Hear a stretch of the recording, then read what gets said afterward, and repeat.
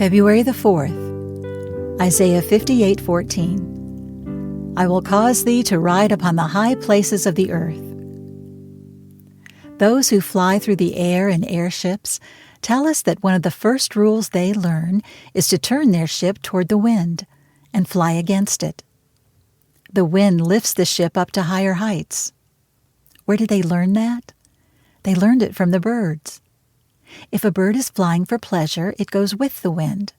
But if the bird meets danger, it turns right around and faces the wind in order that it may rise higher, and it flies away toward the sun. Sufferings are God's winds, His contrary winds, sometimes His strong winds. They are God's hurricanes, but they take human life and lift it to higher levels and toward God's heavens.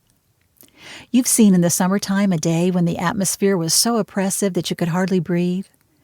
But a cloud appeared on the western horizon, and that cloud grew larger and threw out rich blessing for the world. The storm rose, lightning flashed, and thunder pealed. The storm covered the world, and the atmosphere was cleansed. New life was in the air, and the world was changed. Human life is worked out according to exactly the same principle.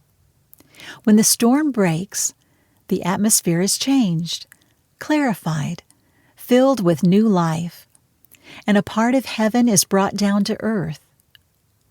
Obstacles ought to set us singing. The wind finds voice, not when rushing across the open sea, but when hindered by the outstretched arms of the pine trees or broken by the fine strings of an Aeolian harp. Then it has songs of power and beauty.